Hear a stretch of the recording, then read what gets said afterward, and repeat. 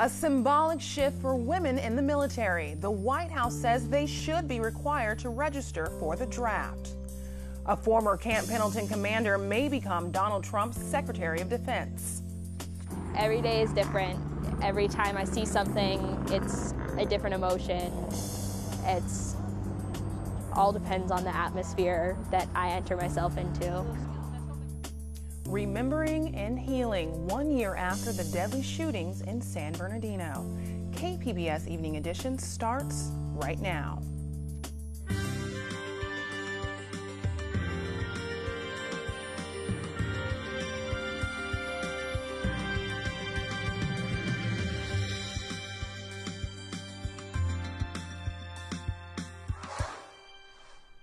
Good evening and thanks for joining us. I'm Ebony Monet. The Obama administration says it supports requiring women to register for the military draft. The White House National Security Council spokesman says that's the logical next step since the Pentagon has ordered that all military jobs be open to women. Congress has approved a change in the Selective Service. 2 days ago, lawmakers dropped plans to require women to register, removing it from an annual defense policy bill. The House is expected to vote on that bill tomorrow. A former Camp Pendleton commander may be tapped for Secretary of Defense. The Washington Post reports President-elect Donald Trump has selected retired General James Mattis. The paper says that comes from the people close to the decision, but Trump's transition spokesperson tweeted that the decision has not been made yet. Mattis is a controversial figure. He spoke in San Diego in 2005. He said that it's fun to shoot the Taliban. He was told to choose his words more carefully, but he was not disciplined. An official announcement about Trump's pick for Secretary of Defense is expected next week. A Washington insider says he thinks President-elect Donald Trump's willingness to compromise may surprise people. Retired Major General Arnold Panaro has written a book comparing his more than 40 years on Capitol Hill to the battlefield. Today, I sat down with him to talk about unofficially advising the Trump transition team and about Trump's likely pick for the Secretary of Defense. Thank you for joining us. Can you talk to me about transitioning from the battlefield to Capitol Hill? So when I got off active duty during the Vietnam War, a war that was extremely unpopular with the American people, and went back to graduate school at the University of Georgia, Senator Sam Nunn from Georgia had just been elected, was starting an internship program. I was very concerned about how the veterans were being treated, wanted to go to work in Washington to see if I couldn't help out. And when I got there and went to work for Senator Nunn, ended up staying there 24 years and learned that I just transitioned from a wartime battlefield to a political battlefield. And there were a lot of things that were similar because you were in all kind of firefights every day. These were more rhetorical firefights or legislative firefights, but they were just as intense. And now you're working with President-elect Donald Trump's transition team? Well, I'm an informal advisor. I've helped every administration transition going all the way back to Jimmy Carter. I'm not an official formal member of anything, but I have helped with the confirmation process of 10 secretaries of defense. And I know all the people that work in the Trump transition on the national security area because we all kind of grew up together and worked together. So I've been trying to help them as best I could. So what has your role been? Well, I've written a lot of white papers about what we ought to do in terms of reforming the Pentagon, the various ways to set up the relationship between the Secretary of Defense and the Deputy Secretary of Defense. The problems we're having with the warfighting readiness. We've actually spent more money in the Obama administration on defense than Ronald Reagan spent in his 8 years of the big buildup, and yet our warfighting forces are 50% smaller. In many cases, they're less ready and less capable. So we're not getting the bang for the buck that we need. And so the new administration, when it comes in, and they've pledged to increase defense spending, we need to make sure it goes to the right places and actually results in improving the warfighting ability of our military forces.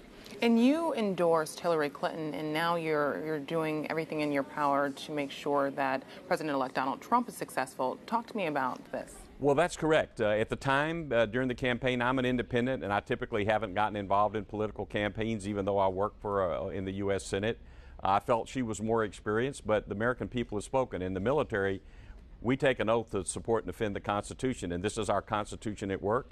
He's going to be the only president we're going to have for at least the next 4 years. Every one of us has an obligation to make him the most successful we possibly can, because if he's successful, our country's successful. If our country's successful, all the people that live in our country are going to be more successful. So we need to kind of get behind what's happened and do everything we can in our power to make it work. And after advising 10 secretaries of defense, now there's talk that President-elect Donald Trump may announce his nominee for Secretary of Defense, and there's been talk of another retired Marine, General Jim Mattis. What's your thoughts about that? Well, one of the things that I always talk about when I hear all the speculation about nominations, having been in Washington 40 years, I call it kind of the great mentioner. And that is, everybody always wants to say, well, so-and-so is going to be Secretary of Defense, or so-and-so is going to be Secretary of State. And typically, the people that talk don't know, and the people that know don't talk. Having said that, Jim Mattis's name certainly has been in the press. He's certainly been interviewed by Donald Trump. He's both a very accomplished operational warfighter, but he's a very intellectual, strategic thinker. And Mr. Trump has interviewed not just General Mattis, but a number of other people, Senator Jim Talent, all of whom would make great secretaries of defense.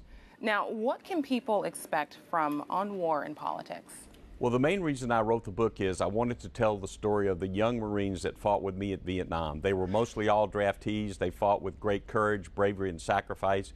And particularly one Marine, Corporal Roy Hammonds from Texas, who'd been in country over 12 months and was ready to go home. The day that I was seriously wounded, he rushed from a totally safe position to help me and was killed in the process. So he actually saved my life, died saving my life. And so I wanted to tell the story of these young Marines. They never got thanked by their country. To talk about the U.S. Senate and the things that the Senate was able to accomplish when I was there, and the leadership traits and the lessons learned that we could apply to the situation we're in today to break the gridlock that we're seeing. And if we apply these lessons, I think we'll be able to move the country forward as we need to do, both politically, economically, and militarily. Thank you so much. You're quite welcome. The president-elect is warning that companies are not going to be able to leave the U.S. anymore without consequences. He spoke today at an Indianapolis factory where he says he helped prevent hundreds of jobs from moving to Mexico. They'll be taxed very heavily at the border. If they want to leave, fire all their people, leave, make product in different companies in different countries, and then think they're going to sell that product over the border, which, by the way, will be a very strong border. Very strong border, believe me. The incoming president is vowing to lower the country's business tax rate from 35% to 15% and eliminate regulations. Any changes to the tax code would need to be approved by Congress. The University of California is pledging to protect students who enter the country illegally. In a new statement of principles, the university system says it will not help government agencies with enforcing federal immigration laws.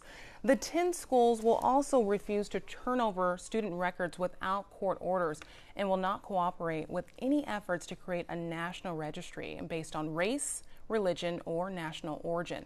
The statement is a response to the election of Donald Trump and is the first time the University of California has taken a formal system-wide approach to federal immigration issues. There could be another trial in store for a Mexican tycoon convicted of infusing almost $600,000 into San Diego campaigns. KPBS investigative reporter Amita Sharma has more. Jurors deadlocked in September on whether Jose Susimo Azano Matsura illegally possessed a gun. The judge declared a mistrial on that count, and now federal prosecutors say they plan to retry Azano on the loan count. Azano says he's surprised by the decision. His lawyer says he's befuddled, but the government contends the charge is significant enough to warrant a second trial. Conviction on that count could impact whether Azano is deported after serving prison time. Sentencing on the case was pushed off to next spring. Azano, who doesn't have a green card, was found guilty of funneling money into the mayoral campaigns of District Attorney Bonnie Dumanis and Bob Filner in 2012. Amita Sharma, KPBS News. The breakup of a car theft operation led to the seizure of vehicles, drugs, and guns in San Diego. KPBS reporter Eric Anderson has details. Officers arrested more than 40 suspects and are searching for 9 more. The arrests came after an undercover operation that included setting up a chop shop in Lemon Grove. Summer Stefan is an assistant district attorney in San Diego. She says the 10-month undercover operation involved several local, state, and federal agencies. As a result of this operation, 117 stolen cars were recovered. Dozens of car thieves have been put out of business, and would-be car thieves are on notice that stealing cars isn't going to pay in San Diego County. Stefan says there are still 10,000 car thefts a year in San Diego, but she says that's down sharply from 40,000 a year in 2007. San Diego used to have the 3rd most car thefts in the nation, the region now ranking 15th. California Highway Patrol's Dan Goodbrand says the thieves have their favorites. The typical cars that we look at, the highest stolen cars, are your 90s Hondas, Accords, and Civics. Those are the highest stolen cars. The manner in which they're stolen, they vary. Some, they'll punch the keys. Others, they'll disassemble the steering column. Some, they end up getting access to keys, and they'll drive the cars in with actual keys. The recovered stolen cars were returned to their owners. Officers confiscated the guns and drugs that were purchased while the undercover operation was underway. Eric Anderson, KPBS News. Governor Jerry Brown has tapped a Southern California congressman for State Attorney General. Javier Becerra would be the first state Latino Attorney General. He served 12 terms in Congress representing parts of Los Angeles. A spokesman for the California Latino Caucus says the appointment is an important safeguard for California. We're already sort of feeling like we're under siege in California, and having somebody of the caliber of Congressman Javier Becerra serve as the Attorney General is only going to help make sure that we safeguard all of the progressive policies that we put into place. The appointment has to be approved by the state legislature. If confirmed, Becerra would be replacing Kamala Harris, who has been elected to the U.S. Senate. The state is trying to stop a planned strike by its largest public employees union. Thousands of state workers are scheduled to walk out off the job on Monday. A Sacramento court is now considering a request for a temporary restraining order to stop the strike. The union wants a raise of 17% over 3 years. The state is offering less than 3%. Some union members say it's not about the money. Instead, they say the state's not negotiating in good faith. Other unions are getting more pay, and it just makes it harder for us to make a decent living. The walkout is scheduled to last 1 day. San Diego now has its first gender-neutral bathroom in a city-owned building. The University Heights Branch Library used to have 2 single-stall restrooms, one for men and one for women. Now, both have been converted to gender neutral. The transgender activist Lily Rubenstein says when she began transitioning, she was often told she was in the wrong bathroom and needed to get out. So the fact that we're able to put up a place where I know I can go to the restroom without having the fear of being told I can't be in there, without having the fear of asking someone if I am allowed in there, is just a really great step. Under a new state law, all single-service bathrooms need to be gender neutral by March. The city officials say the change was planned in University Heights well before the law was passed. People in San Diego are making World AIDS Day today. In San Diego County, there is a new HIV diagnosis every 18 hours. But KPBS Metro reporter Andrew Bowen says health advocates believe they can end the epidemic soon.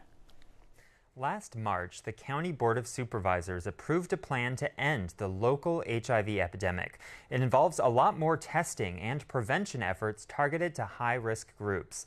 Patrick Loza heads the HIV branch of the County Public Health Services. He says we already have all of the medical tools we need to stop the spread of the virus.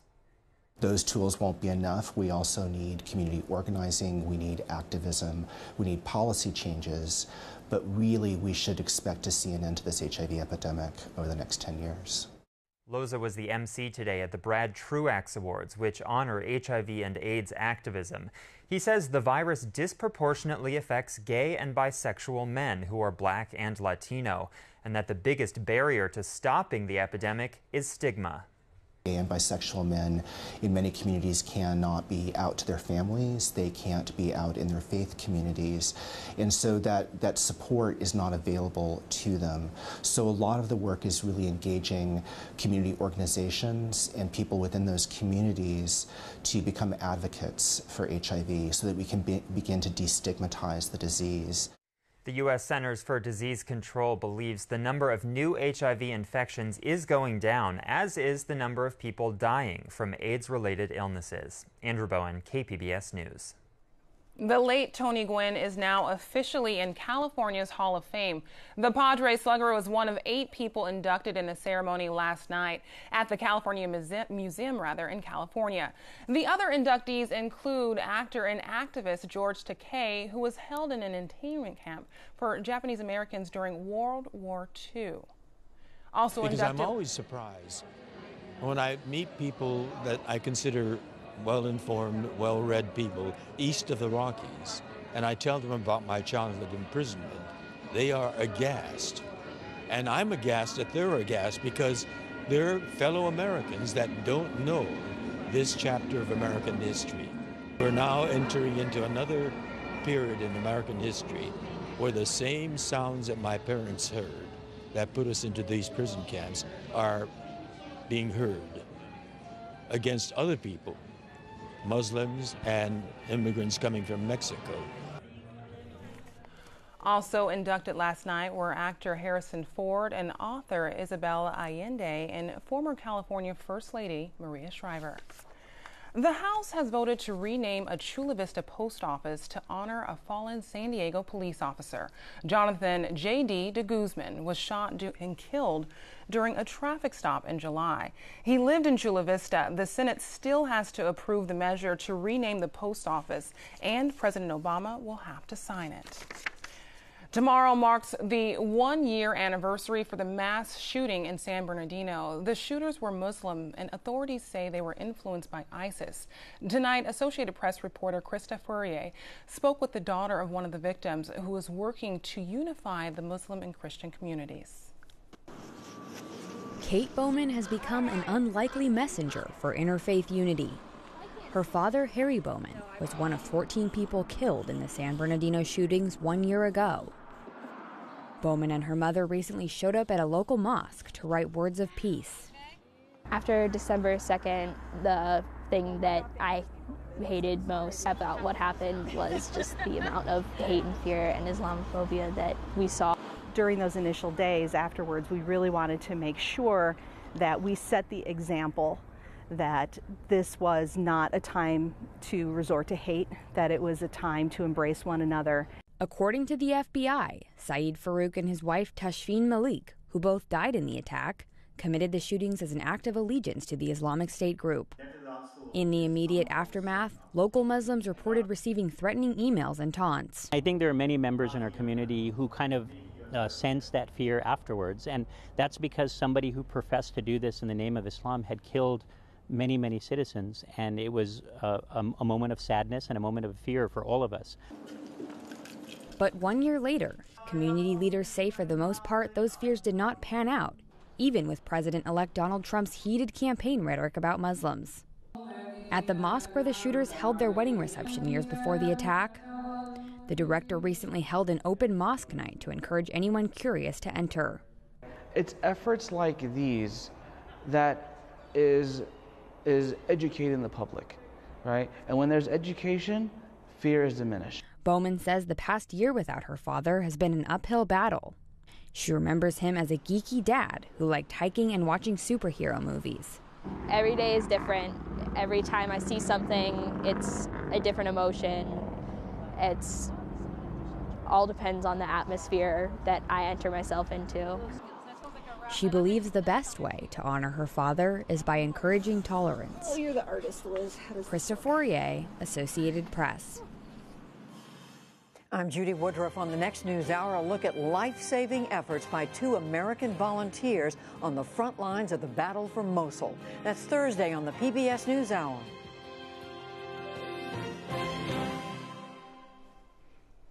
The Navy's most expensive destroyer is back en route to San Diego tonight after running into engineering problems in the Panama Canal. The USS Zumwalt will be home ported here. The ship had a problem with its propeller last month. Tugboats had to pull it through the canal. The Navy says the Zumwalt will arrive in San Diego in a few weeks. San Diego streets are going to get quite a bit greener. Mayor Kevin Faulconer kicked off a new program today. It's aimed to plant 500 trees along streets in underserved areas, including Sherman Heights, Lincoln Park, and Grantville. The goal is to increase the city's tree canopy coverage, and those additional trees are projected to collectively capture 7 million pounds of carbon during their lifetimes. It's part of the city's overall climate action plan. The program is being funded by a grant from CAL FIRE. Sunshine and clear skies for San Diego this weekend, but if you're headed out at night, you might want to grab a sweater. Shanae Shocker has tonight's forecast. Across Southern California, we're keeping things pretty dry out here, as is usual. And as we head throughout the next couple of days into tonight and through Saturday, some stronger winds heading our way, and it's going to be an offshore flow. So keep aware of that. But tonight, we're staying at 50 degrees, mainly clear conditions for San Diego County. And as we head around the county, we're going to stay pretty cool out towards the mountains, Ramona into Alpine in the low 30s, and Mount Laguna well below freezing at 26. Oceanside keeping things pretty mild. We're in the upper 30s there, but right around the metro area, that's the place to be, 50 degrees for our low. Heading into Friday, we have a cold pocket of air trapped behind the mountains and a big dip in the jet stream. That's going to keep things pretty mild out along the San Diego County, but for areas around the Sierra Nevadas, this area of high pressure is going to push over the mountains some very cold air, and that could cause some mono winds. And along with this for our Friday, that means winds up to 100 miles per hour are possible as they head down the slopes. Down trees and power lines could be expected. As we head later on towards the weak area of high pressure, keeping things nice and dry across Southern California and parts of Nevada out towards Las Vegas. So not too bad of a weekend heading up for us. Here's a look at your extended outlook along the coast, sticking to the low 70s. Plenty of sunshine as well. We'll see slightly breezier conditions into Monday and Tuesday. We're keeping that sun as well, but temperatures are going to be dropping quite a bit in towards Tuesday. 60 degrees or 62 degrees for our low on Tuesday, and mostly cloudy conditions. Cold front going to sweep through, but it's going to be pretty dry. Inland staying quite warm in the mid 70s, climbing into our Sunday, and then we're back in the 60s for our Monday and Tuesday with some building cloud cover headed towards the middle of next week. And then to the mountains we go, keeping things nice and cold for our Friday. 38 degrees, mostly sunny. And then we're going to be seeing some of those winds begin to subside into Saturday as those Santa Ana winds begin to diminish. Into Sunday, looking at 57 degrees. Not as cool, definitely warming up just a touch, but pretty comfortable for Sunday. Into Monday, we're on a slow cool down back into the mid 40s by Tuesday, and it's going to become quite chilly at night, right around freezing for our lows. Into the deserts we go, keeping things in the mid-60s, fairly nice, much cooler. And then into Saturday and Sunday, climbing into the low to mid-70s. Overnight lows going to stay pretty mild through Monday. We're in the 40s up until then. And then by Tuesday, we're back at 66 for our high, partly sunny conditions, and our lows right around 39. For KPBS News, I'm Shanae Shocker. President-elect Donald Trump is lending his support to the effort to bring the Olympics back to Los Angeles. The LA 2024 committee says Trump has spoken by phone with the head of the International Olympics Committee. LA is competing with Paris and Budapest for the Summer Games. A decision won't be made until next September. The last time the Summer Games were in Los Angeles was 1996. San Diego could soon be home to 3 NCAA Division I universities. These schools compete against the nation's top collegiate sport teams. This week, UC San Diego faculty is voting on whether to make the move. Students have already approved it. The plan calls for an annual athletic fee increase of $480. Faculty will have until December 12th to vote. It's the season for giving, and the Jacob Cushman San Diego Food Bank kicked off their annual food drive today. It's called Stuff the Bus, and it works like this. Girl Scouts will camp out in front of local Vons and Albertsons stores, collecting donations from shoppers. Those donations will be picked up by several MTS buses. The food bank is looking to fill these 15 buses to the brim with donated food for people in need. Viewers should look for Girl Scouts in front of about 70 stores this coming Saturday, encouraging, giving some advice on what kind of foods we're looking for. So it's about the Girl Scouts, getting people engaged and raising a lot of food. About 1 in 6 people are considered food insecure in San Diego County. The food bank hopes to collect 700,000 pounds of food by the end of December. We have some breaking news for you. Donald Trump says he will nominate General James Mattis as Defense Secretary. You can go to kpbs.org for more updates on this story, which we will be following throughout the evening.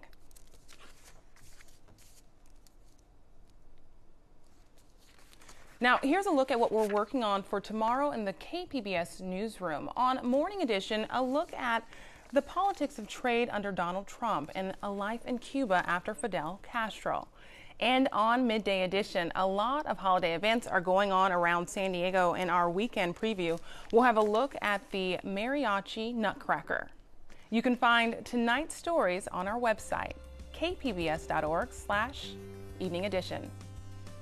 Thanks for joining us. Have a great night.